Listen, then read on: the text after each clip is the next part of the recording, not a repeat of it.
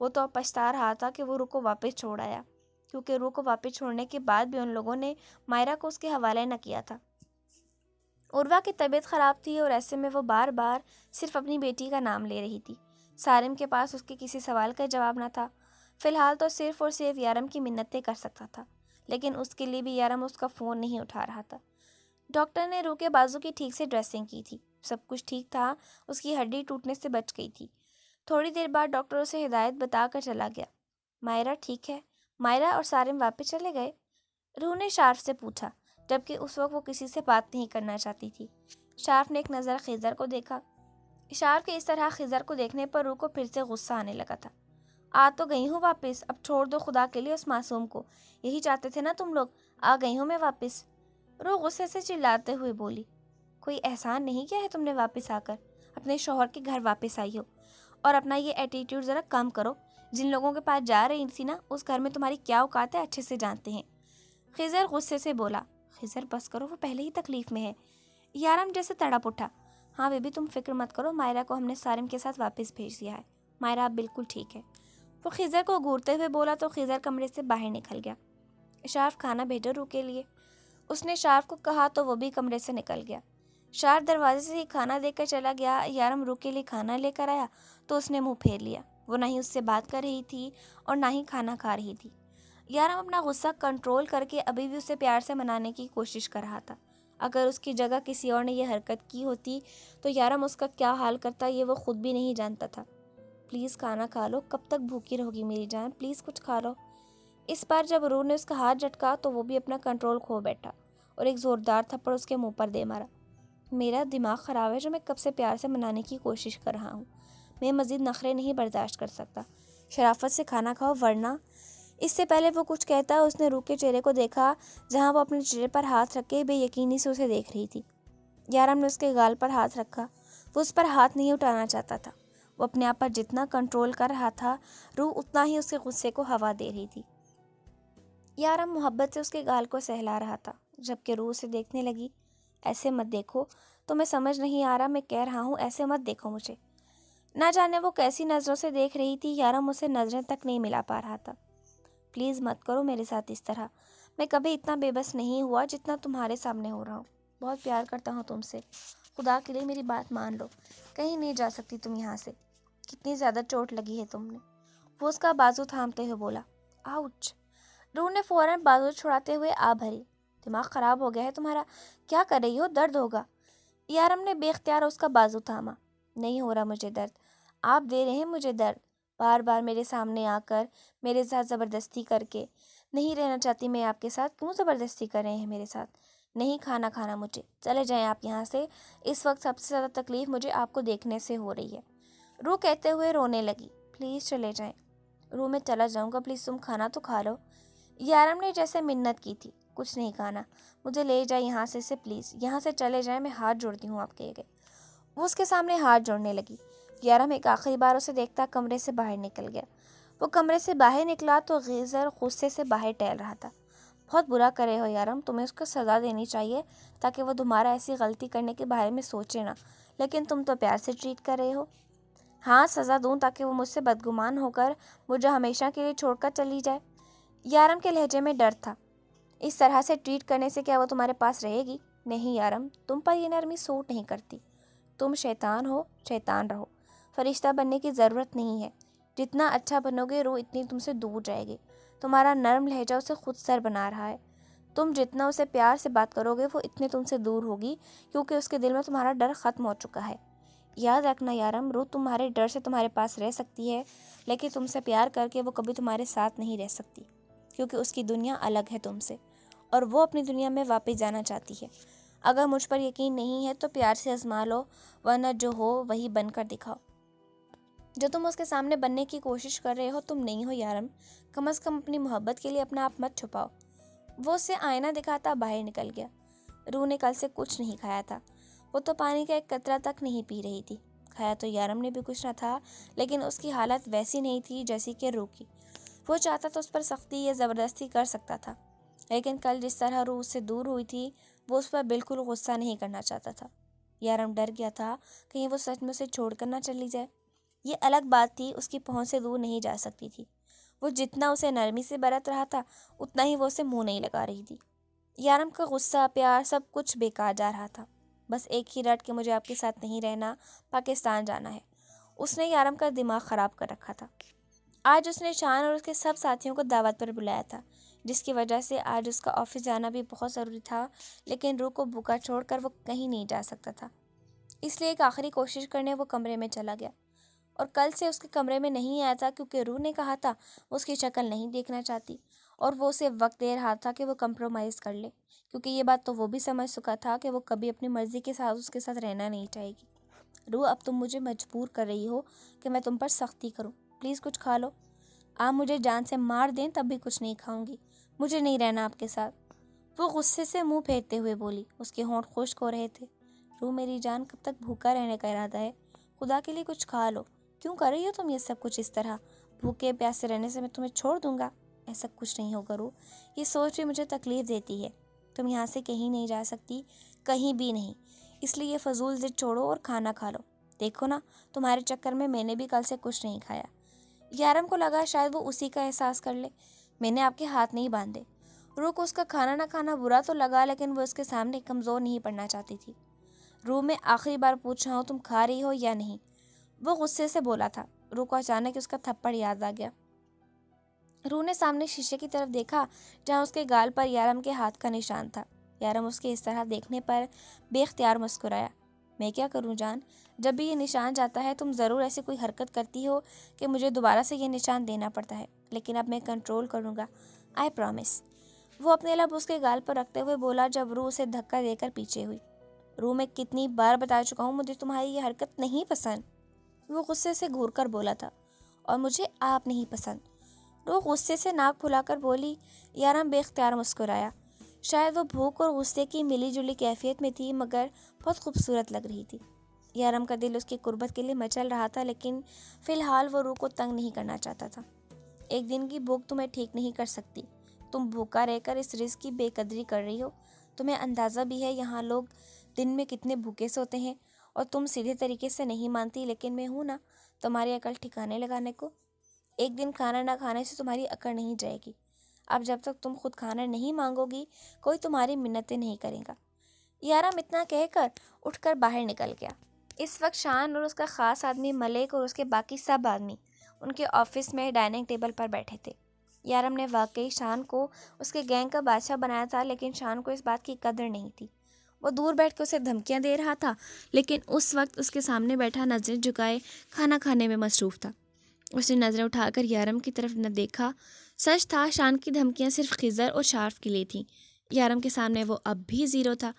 یارم بہت دلچسپی سے دیکھ رہا تھا۔ اس کے اس طرح سے نظر چنانے پر یارم بے اختیار مسکرایا۔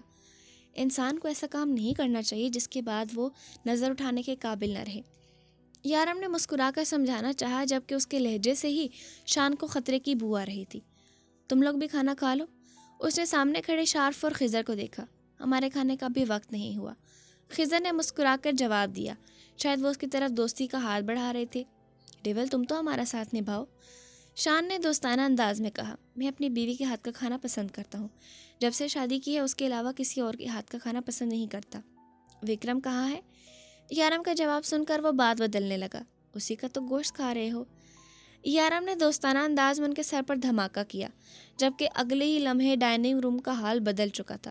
شان اور اس کے ساتھ آئے 11 لوگ وومیٹنگ کرنے میں مصروف ہو چکے تھے۔ وکرم نے میری بیوی کی طرف آنکھ اٹھا کر دیکھا۔ اس نے خود ہی مجھے مجبور کیا کہ اس کے ساتھ یہ کروں، ورنہ شاید وہ بھی آج تمہارا کھانا بننے کی جگہ تمہارے ساتھ بیٹھ کر کھا رہا ہوتا۔ لیکن اس نے میری عزت کی طرف آنکھ اٹھا کر دیکھا۔ یارم نے اپنے سینے پر ہاتھ رکھا تھا۔ شان، میں نہیں چاہتا کہ وکرم کی جگہ لوگ یہاں بیٹھ کر تمہارا گوشت کھائیں۔ موقع دے رہا ہوں، سنبھل جاؤ۔ یارم، کاظمی روز روز موقع نہیں دیتا۔ مجھے معاف کر دو ڈیول، مجھ سے غلطی ہو گئی۔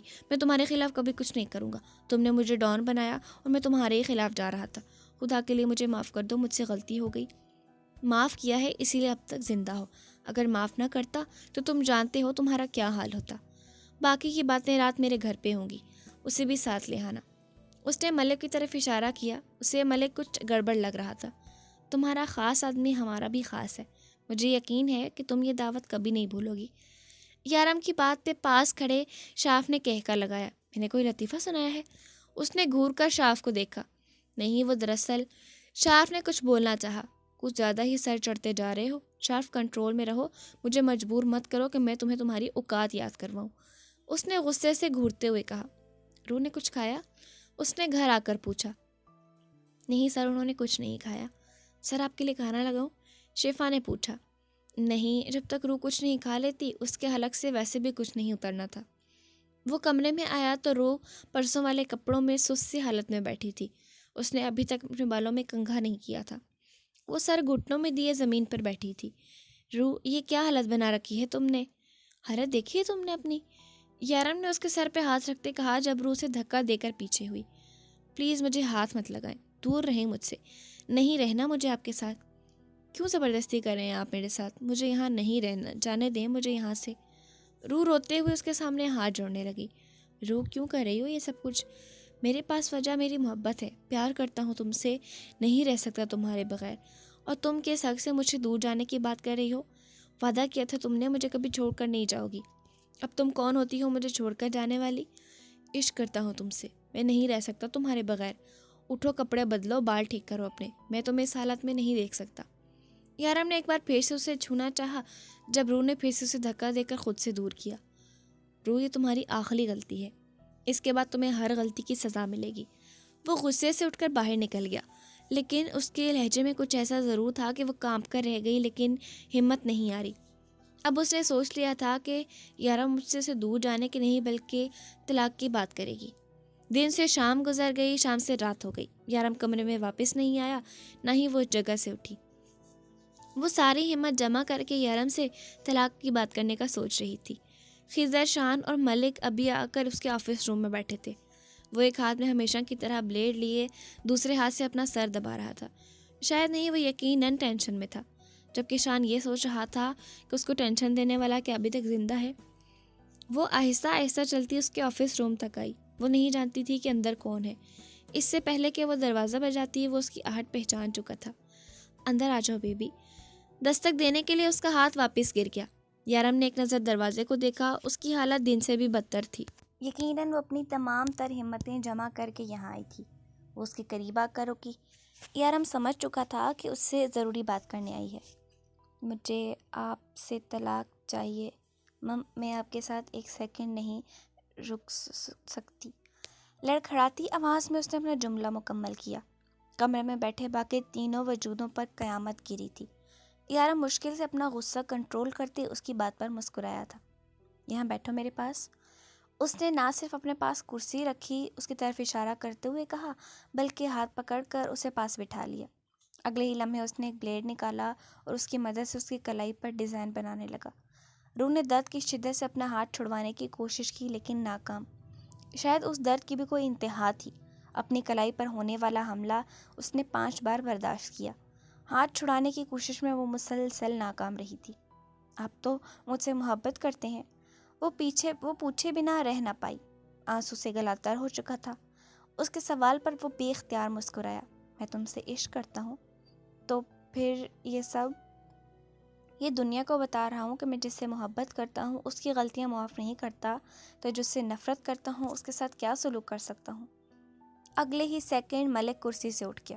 اس کے ہاتھ کانپ رہے تھے اور ماتھے پر پسینے کی بے تحاشا بوندیں تھیں۔ اٹھ کر کمرے سے باہر بھاگا۔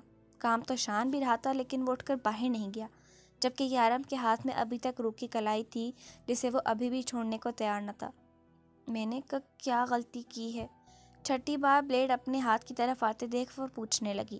میری جان، تم مجھ سے دور جانا چاہتی ہو نا؟ مجھ سے طلاق چاہتی ہو؟ تمہارے لفظوں کی سزا اس سے بڑی ہونی چاہیے، لیکن تمہارے معاملے میں میرا دل بہت نرم ہے۔ اگر تم نے دوبارہ مجھ سے دور جانے کی بات کی تو میں اسی گھر کے اندر تمہارے لیے قبر کھود کر تمہیں زندہ گاڑ دوں گا، پھر روز صبح اٹھ کر اس پر فاتحہ پڑھا کروں گا۔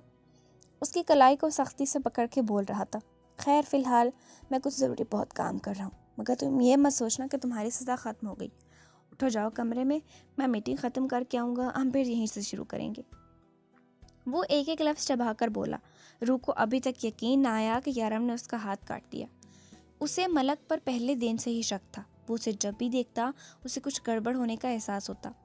اسے یقین تھا ملک اسے اور شان دونوں کو ڈبل کراس کرنے کی کوشش کر رہا ہے، لیکن اس وقت ڈیول نے کچھ نہ کہا۔ خیزر، شارف کو بھیجو کہ مائرہ کو سارم کے گھر چھوڑ آئے۔ کیا کرے یہ مائرہ اس وقت، ٹھیک تو ہے نا؟ ہاں بالکل ٹھیک ہے، جب میں یہاں آیا شارف اور لیلا کے ساتھ کھیل رہی تھی۔ اسے واپس بھیج دو، ماں باپ کو مس کر رہی ہوگی۔ اوکے۔ وہ حامی بھرتا باہر چلا گیا۔ ان لوگوں کو بھیج دو۔ ان لوگوں کو بھیج کر وہ کمرے میں آیا جہاں وہ بیڈ پہ بیٹھی رو رہی تھی، خون ابھی تک بہہ رہا تھا۔ اس نے بہت احتیاط سے اس کی کلائی پر بلیڈ چلایا تھا کہ اس کی نس نہ کٹ جائے۔ اسے اس کام کا بہت تجربہ تھا۔ وہ بنا کچھ بولے فرسٹ ایڈ باکس اٹھا کے لے آیا۔ درد اتنا زیادہ تھا کہ روح کچھ بھی نہ بولی، مگر سو جاری تھی، اور اس کا رونا یارم کو تکلیف دے رہا تھا۔ اس کا دل چاہا اپنا ہاتھ کاٹ دے جس سے اس نے اپنی روح کو تکلیف دی۔ وہ بے بسی سے اس کے قریب سے اٹھ کر باہر چلا گیا۔ اسے اپنے آپ سے نفرت ہو رہی تھی، وہ روح کی تکلیف کو محسوس کرنا چاہتا تھا۔ اسے اس طرح کمرے سے جاتا دیکھ کر روح بھی نہ جانے کیا سوچتی اس کے پیچھے آئی۔ کچھ سوچ کے وہ کچن میں آیا۔ خضر بھی ان لوگوں کو چھوڑ کے آ چکا تھا۔ اسے کچن میں دیکھ کر وہ بھی یہاں آیا اور چولہے کے قریب کھڑا دیکھا۔ ڈیول، یہ پانی کیوں گرم کر رہے ہو؟ خضر نے کچن میں آ کر پوچھا۔ پانی ابل رہا تھا۔ تقریباً آدھے گھنٹے سے یہ پانی اس نے ایسے ہی چولہے پر رکھا ہوا تھا۔ یارم نے اس کی کوئی بات کا جواب نہ دیا، بس پانی کو گھورتا رہا۔ ڈیول، خیریت تو ہے؟ تم مجھے ٹھیک نہیں لگ رہے۔ خضر نے پریشانی سے کہا۔ میں ٹھیک نہیں ہوں، اس نے چولہا بند کرتے ہوئے کہا، لیکن اگلے ہی سیکنڈ جو حرکت یارم نے کی تھی اسے دیکھ کر خضر شاکڈ رہ گیا۔ یارم نے اپنا دایاں ہاتھ ابلتے پانی میں ڈال دیا۔ ڈیول، کیا کر رہے ہو؟ دماغ خراب ہو گیا تمہارا؟ یہ کیا حرکت کی ہے تم نے؟ آگے بڑھ کر وہ اس کا ہاتھ پانی سے باہر نکالنے کی کوشش کرنے لگا، جبکہ یارم بنا کسی تکلیف، بنا کسی درد کے پانی ہاتھ میں ڈالے کھڑا رہا۔ خضر نے بڑی مشکل کے اس کا ہاتھ پانی سے نکالا۔ یہ کیا کیا ہے تم نے یارم؟ تمہارا ہاتھ جل چکا ہے۔ اس کا پورا ہاتھ پوری طرح سے جل چکا تھا۔ تمہیں تکلیف نہیں ہو رہی کیا؟ خضر نے زبردستی اس کا ہاتھ کھینچنا چاہا۔ نہیں، یہ تکلیف کم ہے، بہت کم ہے یہ تکلیف اس کے سامنے جو میں نے روح کو دی ہے۔ اس نے خضر کا ہاتھ جھٹکا اور دوسری طرف آیا جہاں نمک اور چینی وغیرہ کے ڈبے رکھے ہوئے تھے۔ اس نے وہاں سے مرچ کا ڈبہ اٹھایا اور کھول کر پورا ڈبہ اپنے ہاتھ پر پھینکا۔ خضر اس کی جلن سوچ کر ہی اس کا ہاتھ چھوڑ کر پیچھے ہو چکا تھا۔ ڈیول، تم پاگل تو نہیں ہو گئے؟ کیا کر رہے ہو تم؟ ہاں پاگل ہو گیا ہوں میں نے اس ہاتھ سے اپنی روح کو تکلیف دی ہے، میں نے اس کا ہاتھ کاٹ دیا۔ اس ہاتھ کو سزا ضرور ملے گی۔ وہ زور زور سے ہاتھ دیوار پہ مارتا کوئی دیوانہ ہی لگ رہا تھا۔ پھر دوسرا ڈبہ اٹھا کر اپنے ہاتھ پر نمک چھڑکنے لگا، جبکہ خضر اس کی تکلیف محسوس کرتا کچن سے باہر نکلنے لگا۔ میں فرسٹ ایڈ باکس لے کر آتا ہوں۔ خضر باہر آیا تو وہاں وہ دروازے کے قریب کھڑی روح کانپ رہی تھی۔ خضر نے ایک نظر دیکھا اور آگے بڑھ گیا۔ روح نے کچن کی طرف دیکھا جہاں یارم اپنے آپ کو مزید تکلیف پہنچانے کے لیے کوئی چیز ڈھونڈ رہا تھا۔ روح کو سمجھ نہیں آ رہا تھا وہ کیا کرے۔ وہ یارم کو اس حالت میں نہیں دیکھ سکتی تھی، لیکن اس کے پاس جانے کا سوچ بھی نہیں سکتی تھی۔ آج وہ اس کا غصہ دیکھ چکی تھی۔ کافی دیر خود پر کنٹرول کرتی رہی۔ جب بات بس سے باہر ہو گئی تو آہستہ آہستہ قدم اٹھاتی اس کے پیچھے آئی۔ اپنے پیچھے اس کی خوشبو محسوس کرتے وہ فوراً پلٹا۔ تم یہاں کیوں آئی ہو؟ تمہیں آرام کرنا چاہیے، تمہاری طبیعت ٹھیک نہیں۔ وہ اس کے دونوں بازو دیکھتے ہوئے بولا، جہاں ایک پہ ڈاکٹر نے پٹی باندھی تھی اور دوسرے ہاتھ پہ اس نے خود۔ آپ یہ سب کچھ کیوں کر رہے ہیں یارم؟ اس نے یارم کا ہاتھ اپنے ہاتھ میں لیتے ہوئے کہا۔ آپ اپنا غصہ مجھ پر نکالے نا، خود کو تکلیف کیوں دے رہے ہیں؟ کیونکہ تم میرا غصہ نہیں سہ سکتی اور تمہیں تکلیف میں دیکھ کر میری جان جاتی ہے۔ اب جاؤ یہاں سے، آرام کرو۔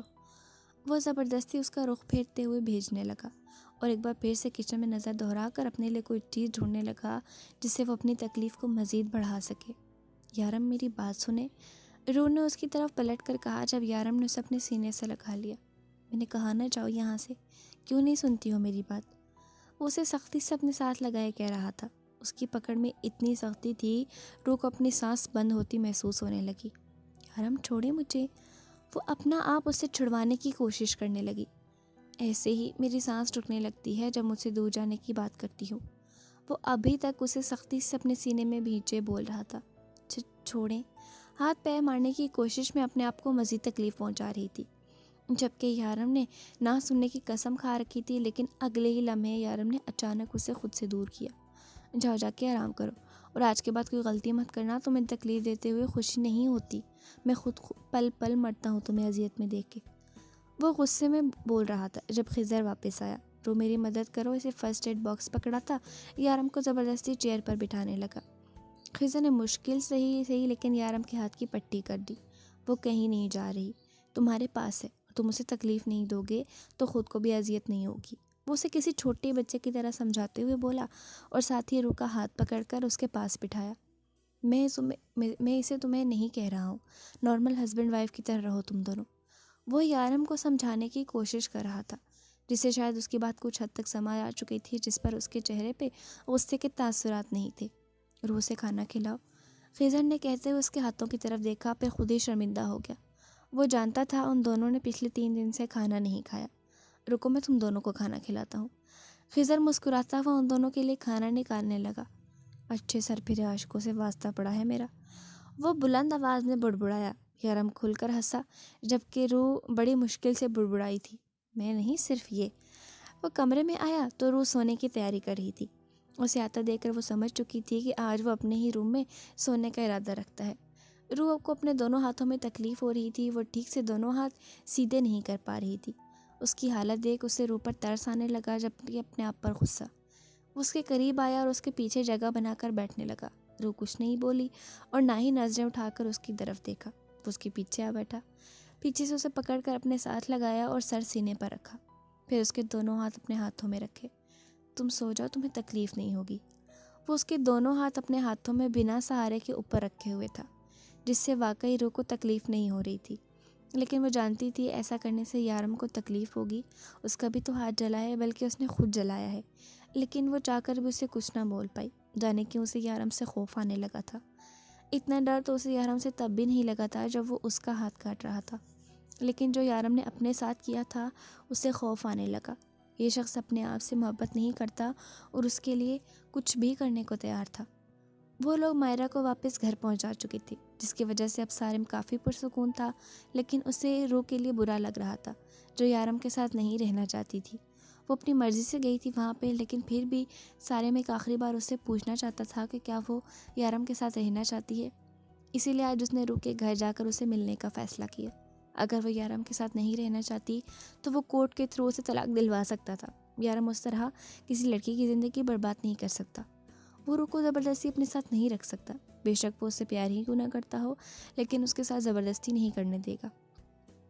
صبح یارم نے اپنے ہاتھوں سے اسے ناشتہ کروایا۔ شاید اسے اپنے ہاتھ میں بالکل بھی تکلیف نہیں تھی، یا اس کے سامنے اپنی تکلیف پر کنٹرول کیے ہوئے تھا، جبکہ روح بنا کچھ بولے آرام سے اس کے ہاتھ سے کھانا کھا رہی تھی۔ اب اسے شخص کا کوئی بھروسہ نہ تھا، نہ جانے یہ انسان کیا کر سکتا تھا۔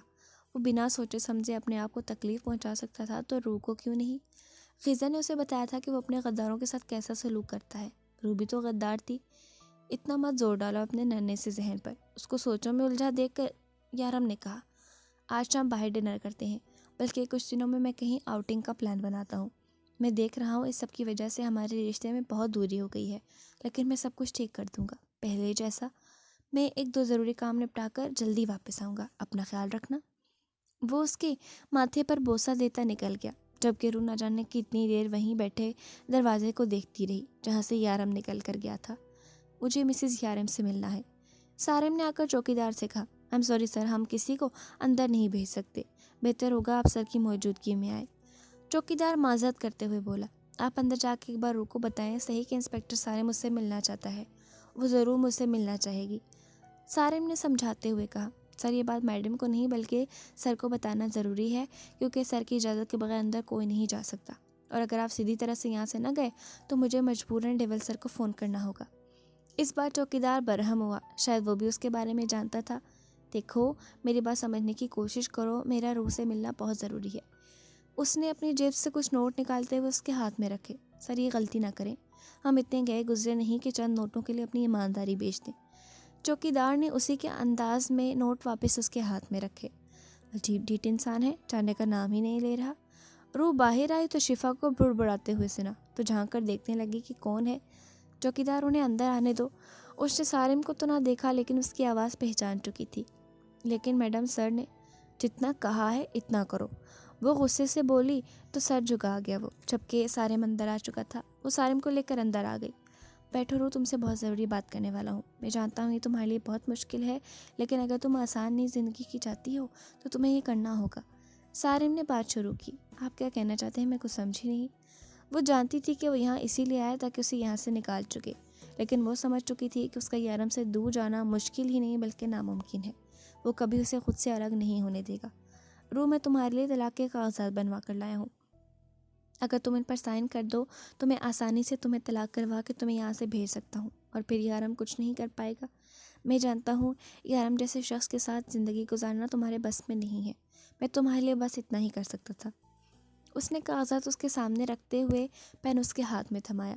روح نے ایک نظر ان کاغذات کو دیکھا جب ایک دھماکے کے ساتھ دروازہ کھلا، اور اگلے ہی لمحے سارم کے منہ پر ایک زوردار مکہ لگا جس سے وہ دور زمین پر جا گرا۔ تمہاری ہمت کیسے ہوئی میرے گھر میں قدم رکھنے کی؟ وہ دھاڑتے ہوئے اس کے قریب آیا۔ تم مجھ سے میری روح کو دور کرنا چاہتے ہو؟ اس نے سارم کے گریبان کو پکڑ کر اسے دوبارہ کھڑا کیا، جبکہ اس کے اس طرح آنے پر روح کونے میں کھڑی ڈر کے مارے کانپ رہی تھی۔ بہت لحاظ کر لیا میں نے تمہارا، آج میں تمہیں زندہ نہیں چھوڑوں گا۔ یارم نے اسے ایک زوردار جھٹکا دیا اور ساتھ ہی اپنی جیب سے پستول نکالا، جبکہ خیزر اور شارف تیزی سے آ کر اسے تھامنے کی کوشش کرنے لگے، اور خیزر نے بڑی مشکل سے اس کے ہاتھ سے پستول نکالا۔ وہ نہیں چاہتا تھا کہ روح کے سامنے کوئی ایسی حرکت کرے جس سے وہ مزید ڈر جائے۔ وہ تینوں کسی ضروری کام کے لیے جا رہے تھے جب چوکیدار نے فون پر اسے سارم کے یہاں آنے کی خبر دی۔ یارم اپنا کام چھوڑ کر گاڑی سیدھے اپنے گھر کی طرف لے آیا۔ کیا کرنے آئے تھے تم یہاں؟ کیا کہہ رہے تھے تم روح سے؟ وہ غصے سے پوچھ رہا تھا، جبکہ شارف ٹیبل پر سے طلاق کے کاغذات اٹھا چکا تھا۔ یہ تو طلاق کے پیپر ہیں، شارف نے پیپرز دیکھتے ہوئے کہا۔ یارم نے بے یقینی سے روح کی طرف دیکھا، اور پھر نہ جانے کتنی دیر اس کی طرف دیکھتا رہا، جو کبھی یارم کو تو کبھی ان کاغذات کو دیکھ رہی تھی۔ اس بار تم نے حد کر دی روح، تمہاری یہ غلطی واقعی معافی کے قابل نہیں۔ بہت ہی شوق چڑھا ہے تمہیں مجھ سے دور جانا ہے، مجھ سے طلاق چاہتی ہو تم۔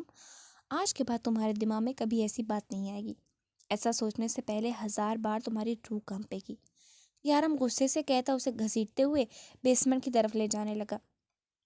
یارم، مجھے کچھ نہیں پتا اس بارے میں، پلیز میرا یقین کریں، میری بات سنیں، روح کے ساتھ کھینچتے روتے ہوئے بتانے لگی، لیکن یارم کو اس بات کی پرواہ نہ تھی کہ وہ اس سے کیا کہہ رہی تھی۔ یارم نے بیسمنٹ میں آ کر ایک دروازہ کھولا اور روح کو اندر ڈال کر دروازہ بند کر دیا۔ یہ تمہاری زندگی کی آخری غلطی ہے، اس کے بعد تم مرتے دم تک ایسا کچھ کرنے کے بارے میں نہیں سوچو گی۔ یارم دروازے کے ساتھ لگ کر کھڑا ہو گیا، جبکہ سارم کو وہاں سے نکال کر شارف اور خیزر بھی نیچے آ چکے تھے۔ وہ سمجھ چکے تھے اس بار بات یارم کے بس سے باہر جا چکی ہے۔ یارم، پلیز مجھے یہاں سے نکالیں۔ کیوں قید کیا ہے آپ نے مجھے؟ باہر نکالیں مجھے یہاں سے، آپ میرے ساتھ ایسا نہیں کر سکتے۔ وہ زور زور سے دروازہ کھٹکھٹاتی چلا رہی تھی، شارف بھائی، خیزر بھائی، کوئی تو کھولو، یہاں بہت اندھیرا ہے، پلیز مجھے ڈر لگ رہا ہے۔ اپنی بے بسی پر وہ روتے روتے اور زور سے چلانے لگی، دروازہ کھولو پلیز، کوئی دروازہ کھولو۔ یہ بہت ہی چھوٹا سا کمرہ تھا، یہاں ایک سے زیادہ انسان کھڑا نہیں ہو سکتا تھا، بیٹھنا تو بہت دور کی بات۔ یارم کوئی اس سے بہت دور نہ تھا، بس کچھ انچ کے فاصلے پر تھا، اور وہیں پر وہ اس کی آوازیں سن رہا تھا۔ اس کے سامنے شارف اور خضر کھڑے تھے۔ وہ زور زور سے چلا رہی تھی، لیکن یارم دروازے کے ساتھ کھڑا تھا۔ اسے روح کی کسی چیخ پکار کا کوئی اثر نہ تھا۔ روح چلاتے چلاتے تھک گئی جب اسے لگا اس کے جسم پر کوئی چیز رینگ رہی ہے۔ اگلے ہی لمحے اسے پتہ چل گیا کہ وہ چیز ایک بہت بڑا سانپ ہے۔ بے اختیار اس کی چیخ بلند ہوئی، لیکن دروازے کے پار کھڑے شخص پر کوئی فرق نہ پڑا تھا۔ ڈیول، مجھے لگتا ہے۔ شارف ایک قدم آگے بڑھا۔ شش، روح نے غلطی کی ہے شارف، اسے سزا ملے گی۔ مجھ سے زیادہ پیار نہیں کرتے تم مجھ سے، اگر میں برداشت کر رہا ہوں تو تم بھی برداشت کرو، اور اگر نہیں کر سکتے تو چلے جاؤ یہاں سے۔ ڈیول کے کہنے کی دیر تھی، شارف سے اس کی چیخیں برداشت نہیں ہو رہی تھی۔ وہ کمرے سے باہر نکل گیا۔ پلیز نکالو پلیز، شارف بھائی، خضر بھائی، یارم، کوئی تو کھولو۔ روح کی سانسیں تھمنے لگی تھی، وہ چوکھیں جا رہی تھی، اس کا سارا جسم کانپنے لگا تھا۔ سانپ اس کے پورے جسم پر رینگ رہا تھا۔ روح کو لگا کہ جیسے اس کا خوف سے موت تک کا سفر شروع ہو چکا ہے۔ یارم نہ جانے کتنی دیر بیٹھا وہاں پہ اس کو سنتا رہا۔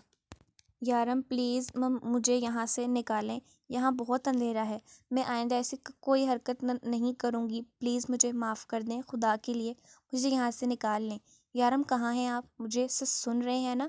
میں جانتی ہوں آپ یہاں ہیں، آپ مجھے چھوڑ کر نہیں جا سکتے، میں آپ کو چھوڑ کر کبھی نہیں جاؤں گی۔ یارم، پلیز مجھے یہاں سے نکالیں، یہ سانپ مجھے کاٹ لے گا۔ یارم، پلیز دروازہ کھولیں، میں آپ کے آگے ہاتھ جوڑتی ہوں، تو پلیز مجھے یہاں سے نکالیں، میں آئندہ ایسی کوئی حرکت نہیں کروں گی، میں آپ کو چھوڑ کر کہیں نہیں جاؤں گی۔ یارم، یہاں بہت اندھیرا ہے، بہت تھوڑی سی جگہ ہے، میں کھڑی رہ کر تھک چکی ہوں، میرے پاؤں میں درد ہونے لگا ہے، یہ سانپ میرے اوپر چل رہا ہے، پلیز دروازہ کھولیں، یہ مجھے کاٹ لے گا۔ یارم، مجھے بہت ڈر لگ رہا ہے، پلیز کھولیں، مجھے بہت ڈر لگ رہا ہے۔ یارم، میری آپ بات سن رہے ہیں نا؟ پلیز دروازہ کھولیں، مجھے بہت ڈر لگ رہا ہے۔ وہ اٹک اٹک بولتی، دروازہ کھٹکھٹاتی چلائے جا رہی تھی، اور دروازے کے باہر کھڑا یارم اسے سن رہا تھا۔ پھر آہستہ آہستہ آواز ختم ہوتی بند ہوتی گئی، جبکہ یارم کسی بے جان مجسمے کی طرح کھڑا رہا۔